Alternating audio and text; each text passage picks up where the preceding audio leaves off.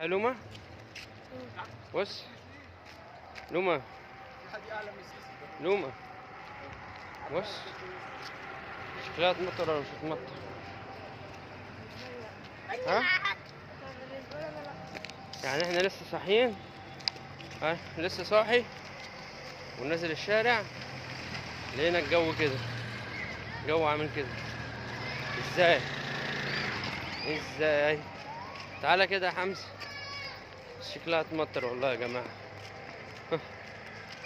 بص الخرابة بتاعتنا اهي، دي الخرابة بتاعتنا.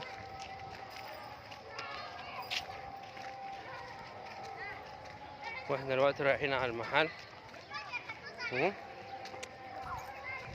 نفتح نطمن نشوف الدنيا فيها ايه، عشان اليومين اللي فاتوا كان حرامية كتير قوي وحاجات من حوالينا اتسرقت كتير قوي. احنا كمان اتسرقنا الحمد لله، بس بسيطة يعني الحمد لله، جت كده في حوالي 30,000 جنيه ولا حاجة يعني الحمد لله.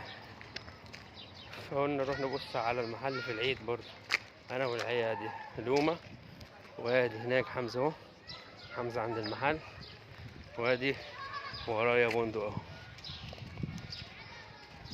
قلنا نروح نبص على المحل وايه ونطمن. حمزة اهو مستنينا عند المحل بالعصاية عشان لو لقى حرامي.